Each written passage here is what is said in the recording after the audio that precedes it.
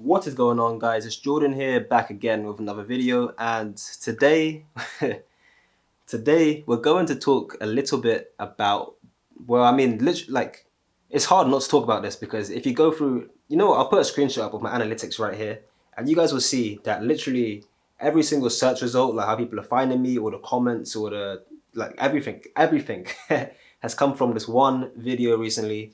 And that is a video I put up about 2 months ago of how I failed my first year at the University of Bristol. So since people keep asking about it, since people keep watching that video, I've got a lot of comments, people reaching out on Instagram, Twitter, asking me questions and things like that.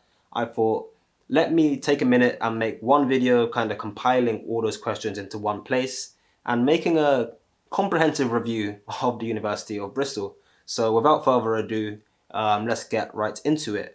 It's worth noting that, of course, if you don't already know, I'm an engineering student at the University of Bristol, so most of what I say and most of my experiences are going to apply specifically for engineering students and, of course, Bristol students, and then a combo of the two, because that's the demographic I find myself in.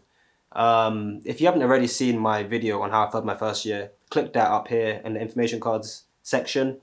And yeah, let's get into this. Actually, before we get into it again, sorry for the interruption.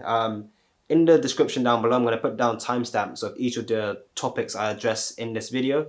So I'm going to start with the University of Bristol as a whole, like the actual university, then the course, then diversity, then Bristol itself as a city, accommodation and societies and like social aspects and stuff.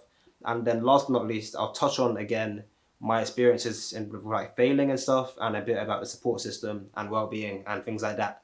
So if you want to skip to any of this thing specifically, that will be in the description down below. And yeah, let's get right into it. So, Uni of Bristol. The Uni of Bristol fundamentally is an amazing place, not even gonna lie. There's not much I can go into other than the fact that it's really, really good. I mean, it goes without saying, really. It's Russell Group, it's one of the best in the country, and it's like top 30 in the world as well, which is crazy. Last time I checked, it was the second most sought after by employers, which is amazing. Like, as far as academics and careers go, at least, Bristol is, well, I was going to say second to none, but literally a second in that regard. So, Bristol, as the actual university, is, as I said, very, very good. The only negative, if I had to nitpick, would be it's not very transparent. Like sometimes you can send an email off and not hear back for like a week, but as far as you know, it's like you don't know what's going on. No one's replying to you, but then the full picture is it's gone through like this person to that person, and then they'll reply eventually saying like, "Oh, we spoke to this department and they said this," which is cool. Like it's good to have your answers because you kind of know that you will fix things eventually. But having that kind of being lost while things are going through a process can be annoying, and it kind of bugs me a lot whilst I study here. But it's not a deal breaker per se. It's something that you can get through. And if you're someone that kind of breezes through uni anyway, you might not need to use any of the services that go through the necessary nets and stuff. So that's something to be aware of. But it's not a massive. It's not a deal breaker, as I said, because Bristol again is one of the best in the country and one of the best in the world. So that's good to know. The course, obviously for engineering, because tech and engineering and well STEM as a whole is a very, very massive industry right now. There's such big investment in that field, and you can see it from top to bottom. Like these industries like Google, Apple, Facebook are like billion dollar companies. Or Apple is $1 trillion company at least. Well, I don't know if it is now. It fluctuates a lot, but nonetheless, tech is where it is. And then when you bring it back down to the lower level where you have the undergraduates and the students, like we have some unreal facilities here. Like I'd never seen a 3D printer in real life until I came to Bristol. You have things like virtual reality labs here. You have this thing called At Bristol, where it's like a massive sciencey museum place, and it's like this is a cool place to be. And there's just so much going on that it makes this course and obviously the other engineering courses so good. Like I already mentioned that Bristol is one of the best in the country anyway, and second most sought after by employers. But that's as a whole. In the engineering faculty, we have our own ILO, which stands for the Industrial Liaison Office, and they handle like all the specific engineering internships, work placements, grad schemes, and things like that. And it's like if you want to do well and you study engineering, you're going to do well. There's really no other option. You either come here and do really well and like take off, or you come here and don't work hard and be someone like me. But generally, there's no two ways about it. Like they want you to do well, and most people do really, really well.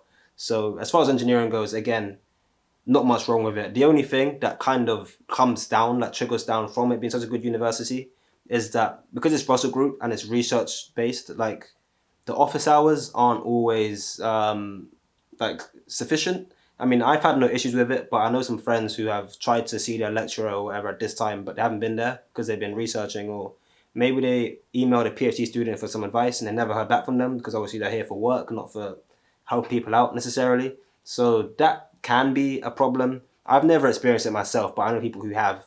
I don't think it's a deal breaker. Again, like similar to the transparency thing, it's just something you have to get through. And literally, like, there are so many students here who can help you out anyway. Like, if you just email your course mates or some other friends and stuff, things generally work out okay. So that's that. And this is coming from someone who was a course rep in my first year, and I was also like part of the JCR, like a halls rep almost. I was a senior resident. Like I've had all these different roles within the university, so I know a lot of things. And obviously, I'm not gonna go and give out like insider secrets or stuff, but I do know that things are very good here, and I'm not even biased when I say that because I have my own grievances with the university itself. So like fundamentally, it is very very good, and I can't speak on other courses. But a lot of my friends that do like economics or languages or law and stuff, they all seem to be enjoying it as well. So I feel like the general vibe here is a positive one. So the next thing I want to touch on is diversity, and I feel like when I talk about diversity, I want to talk about it as a whole, like comprehensively, as per the title of the video, and like let's talk about it from like top down, I guess. When it comes to like sex, I feel like it's very very good. I want to say it's almost 50-50 male to female, so that's nice to know. Like LGBT and all that stuff. That I mean, I can't speak on that community specifically because I'm not a member of that community, but I don't think, like generally speaking, the LGBTQA plus society is doing very well here, and a lot of my friends that I know are within that crowd are happy here. They're doing well. They're not like being abused or anything. So generally, it's all okay. Race is a question mark. I feel like. I mean, I've never felt unsafe being black here, and I've never had any overt discrimination against me. But you do have the odd second look, and every now and then it's like, oh look, a black person, like, and it's something that you do notice on the corner of your eye, but it's not like it's not over, if that makes sense. I don't feel unsafe. I've never been I've never been made to feel out of place here, which I guess comes from the fact that I'm not like the darkest. Obviously, dark skinned students have different experience, but as a black student, I've not had any real issues here regarding my race, other than like the odd look or something. So I'm not too angry about it. The only thing I've noticed is outside of the university, so going into the next topic as well, like Bristol as a city, you do notice that in the more affluent, like the richer areas, there are a lot more white people and middle class students and stuff. Whereas in the poorer areas like East Bristol and like further out, you do notice more. That's where more of the ethnicity is, which is kind of. I mean, coming from a Londoner, I'm kind of used to it with like gentrification and things like that. It's not new to me, but for someone who maybe comes from like further out or from a less diverse place, it's not going to be. You're not going to notice much better. I feel like in the city of Bristol, the university is very very good. I feel like the university, and I guess most campuses are a safe place. Like ACS here is doing very very well. The BME Society is doing very very well, and it's like, well, BME Network, as I say, and all the other cultural societies within Bristol, I feel like are doing really well. But it's definitely something to think about if you're applying from maybe like Manchester or further up north in the UK, or even outside of like, the UK. Like I don't know what it's like within Europe and stuff, but it's something to think about for sure. I generally haven't had an issue, and I know a lot of my friends haven't had an issue either. I think more of the problem comes from wealth, like classism. You have a lot of like middle class, upper class white students, and then again you have a lot of lower class, working class colored students, or like ethnic students, I should say. And it's, I don't know, it kind of depends. Like one of my friends is black and he's from like private school ish background, and he's calm. And a lot of my friends are also black or Asian and stuff from lower class backgrounds, and they're all enjoying themselves. So fundamentally, it's not like a big thing, but it's definitely, as I said, something to think about. So that's that. The city itself, outside of diversity, is like amazing. Coming from someone who lives in London, and I've been to Liverpool, Manchester, Birmingham, like Paris, and other parts of Europe, and Bristol is really really good. I'm not gonna lie. It's not like obviously compared to London, I'm still looking up to some of the things you can do, like having a 24-hour McDonald's, for example, would be great in the city centre. Please, Bristol, make this happen.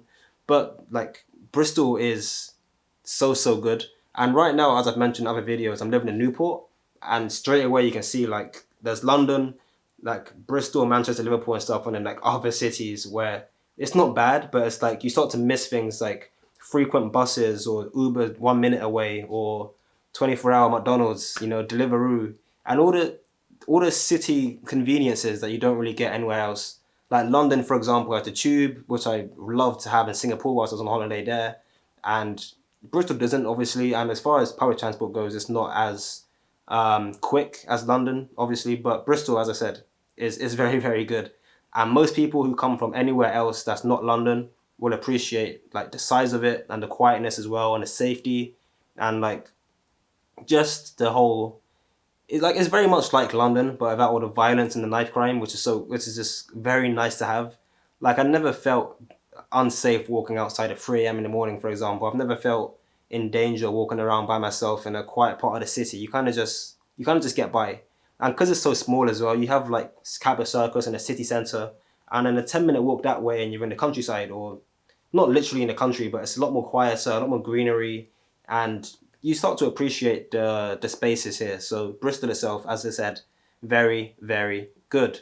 So the last two things I'm going to touch on today is obviously societies and accommodation in one, and then support and me failing and stuff, as I kind of touched on before anyway. So accommodation, there's no real issue for first years. Like literally everyone loves their first year halls. I don't have any friends that said they didn't like where they were in their first years.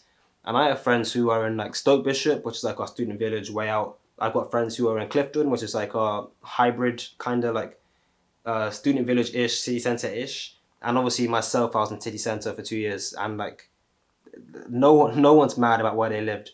The only issue comes after your first year. And this is, as you guys know, like I'm living here in Newport, a good like 35, 40 miles away from campus. And it's like, because Bristol is such a big city, and there's so many people that come there for work as well and for building a family and retiring and stuff, like it's not just students. And that means that the private housing sector is a mess. Like I couldn't find anywhere to live this year, and I know a lot of students also couldn't find places to live. I've got some friends who are still homeless in Bristol, and it's like you don't really want to have to deal with having to find somewhere to live when you're trying to study as well. So that's a big, big issue. I don't want to go too much into that right now because I feel like some of the problems are that they can be avoided. Like for myself, for example, I didn't really start looking until late, which is my fault. But still, you do want to have that comfort that, look, even though I left it late, options kind of should still be there, and they're not. So it's kind of annoying, but I mean, yeah, the city is good. The accommodation is okay. If you can find somewhere to live, it's generally okay. It's quite expensive, and coming from someone who lives in London, that means a lot. Like it's expensive in London. It's also quite expensive here as well. So there's if you're like not made of money, as most people generally aren't, and your student loan might not be so forgiving, maybe look for, I don't want to say another university, but try and find other ways to fund yourself as well. Maybe a job, or maybe using the university's funding services and different ways to kind of make ends meet, because you don't want to be struggling for 4 or maybe 3 years, depending on your course you do, as I kind of have been. I mean, obviously, I've got different ways of making money.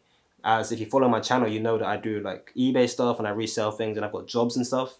But for someone who maybe don't want to work, or you don't want to have to struggle, if you want to have a coast like an easy way for university, then I mean, if you don't want to struggle, this isn't where you should be anyway. Like, this is a good university. If you don't want to work, go somewhere else. But it's yeah. I mean, you don't want to have to think twice about buying meals, and that's something that I have to do quite a lot, unfortunately. And obviously, that's not specific. That's not like it's not a thing that everyone has to go through. But if you know that you're not good with money, or your parents aren't rich, or your background's not too rewarding, then it might be something worth thinking about. Whether you need a job, or other support services, or just save up whilst you're in sixth form or something. I don't know. Like it's each to their own, right? But yeah, that's something that I had to say. Um, Societies are very, very good, and I touched on it before as well. But the culture societies, they're all doing really well. But there's so much going on here. I think the only other uni that seem to be doing unbelievably well with societies is like Warwick, and I say Southampton are quite good. But like none of my other friends at other unis talk about societies as much as my friends here at Bristol. Like there's so much going on, from like cheese making society to pole dance to football and sports ones, and obviously culture ones, film society. Like there's literally something here for everyone. And even if there's not, you can make it yourself so easily. All you need is like 10 other students, a bunch of emails, and you're kind of good to go. So there's like societies are really, really good. And I strongly recommend you get involved in one if you are planning to study at any university, because getting a 2-1 or a first class degree is cool. But saying you're also involved in this, that, and the other, you attended events here, here, and there. Maybe you were even treasurer or president or whatever for this society and that society.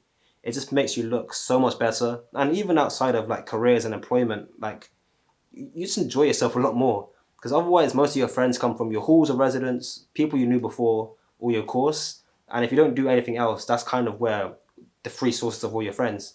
Whereas if you also go to societies and you meet people here and you have all these different groups you can dip in and out of, and you have like a party here with the film crew, or maybe you've got a banking event here with your economics crew, and you can do all these different things. You get to meet different people, and that just makes you enjoy university so much more as opposed to just studying, coming home, and going to church or something. Like you kind of want to diversify your means of happiness, if that kind of makes sense. So yeah, societies, big thumbs up for me. Me myself, I haven't really taken advantage of that the most yet. I need to do more work myself with societies.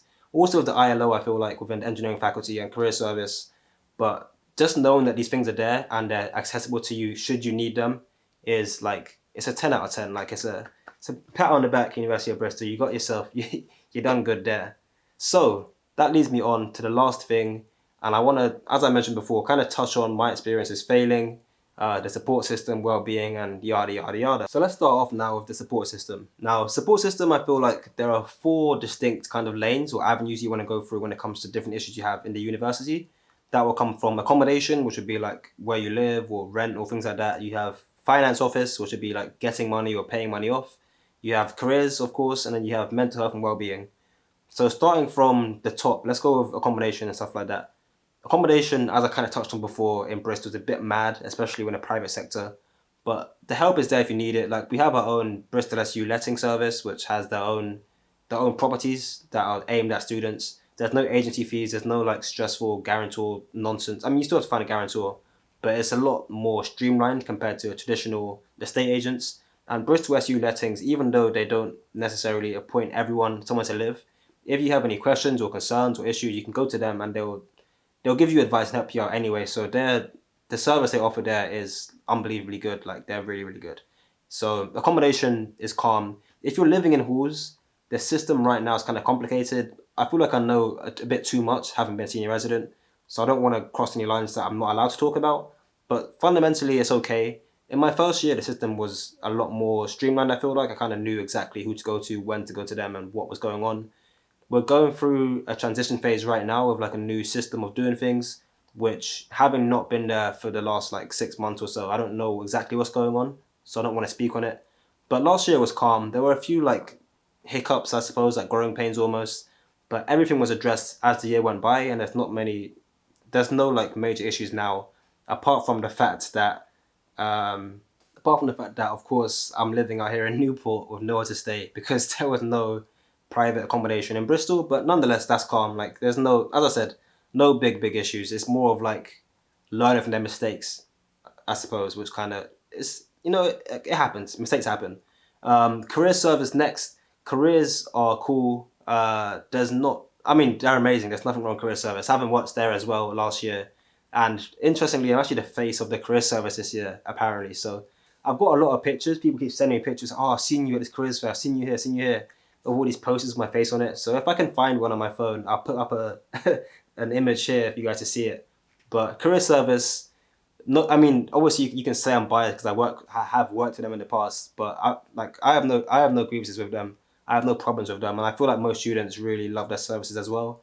Even though I haven't fully taken advantage of them yet, nor the ILO, nor societies and stuff, their career service are really, really good. Great people, great services, and as I mentioned at the start, second most sought after university by employers. So that says kind of what you need to know about the services there and what they offer. I did kind of skip over financial services and the funding office. They are okay. Like they're open 9 till 4, which to me is an issue because most lectures are 9 till 4. So when you finish at 5 o'clock, it's like, well, crap. Now I can't. Now I've got to go home. So that's a problem. That's probably the biggest issue for me. The fact that they close at 4. But at the same time, there's not much wrong with them, apart from the fact that they're not very accessible on like a drop-in service kind of thing. Online, they're fine, and the services they actually offer are really, really good. Like you can get up to £350, I believe, emergency fund, like just cash in hand on the day if you need it, or you can get up to, I don't even know, like there's no limits. They don't really stress limits necessarily, depending on the issues you have, but they can give you money for this or for that. And as long as you have an actual reason for it, and as long as you can pay it back, most of the time it's completely cool. They do have a loan service and stuff where they do have grants and bursaries and stuff, but those are more like you have to apply for them and things like that. So I haven't had to use everything from the funding office, but I've in the past I've had to use them. I've had to help, and I've had to get help for like rent or for like short-term payments and stuff like that. And I've had no issues with them either. So funding is very, very good. Where the issues come in, well, issues I want to say is well-being and mental health. So well-being is calm, and even though over the last like 2-3 years they've worked on it and become a lot better at what they do anyway, there is a real shortage of like counselors and well-being advisors, which is a big issue for someone who tends to need their support from time to time. Like I've never been mega depressed or sad or anything. I've never been a immediate help needing person. But being someone who's failed my year twice and like I've got all these issues going on at home and things like that, you do want to talk to someone about it from time to time. Whether that be like a proper counselor or just like a well-being advisor, you want to talk to them about like X, Y, Z, just to chat and then get a second opinion and leave. Like sometimes they're available, other times they're not, and other times it's like you send an email out on Monday and it goes around for a week and then you hear back on Friday, and for that whole week you're kind of left with radio silence, like, oh, what's going on? And then they get back to you and it's very, very, very weird. I think weird's the best way to describe it, because it's not bad. I'm not anti career, not career, sorry. I'm not anti like what they do, but it's like it's just weird. Some things just need to be explained, and I kind of wish they talk to you about things more transparently on a consistent, like, if not day to day, like at least every other day, say like, by the way, we're still addressing this, we're still reviewing it, we're gonna get back to you later or whatever, as opposed to like radio silence, which is really, really annoying. But like changes are being made, and having been a staff member, like as a senior resident, I do get a lot of the staff emails, like the staff bulletins, and I know what changes are coming and what help is there that's available for us. So it's hard to say explicitly now what is, what is good and what is bad, because as I said, I know what's coming. But it's just weird. It's just weird. It's just weird. I think if there's any bad things about the University of Bristol, it would have to be like housing and stuff, and also, as I said, the lack of transparency. Like having radio silence is never okay in any capacity, whether it be like, of course, mental health or like finance, or even with your course or like a meeting or something. Like all these things, you just want to be in the know, especially like nowadays in the smartphone age of like FOMO, and you always want to be immersed in it. It can be annoying, but I mean, yeah, that's basically it. That's kind of my review. But yeah, other than that, like, let me know your thoughts. If you have any further questions, of course, like, reach out to me, get down in those comments, Instagram, Twitter, whatever. And it's like, yeah, the only issues, again, as I said, are like housing and the lack of transparency at time to time. Everything else is like very, very good, if not just good. Like there's nothing wrong with the University of Bristol, especially in my experiences. And I feel like I've had enough of like ups and downs to know the depths of like the good and the bad, to say like honestly there's not much bad about it. There are a few things they can do better. There are a few things that need to improve, but fundamentally, I have no real qualms here. And like the uni's good, the course is cool. It's not the most diverse place in the world, but then like racism exists. Yeah, but it's not. What else can I do? What can I say? Bristol's a nice city. Societies are cool. Accommodation, question mark, and then support services are good. My experience with support has been fine. There have been a few hiccups, obviously, as I said, like with transparency and things like that. But generally, it's been fine. No real issues.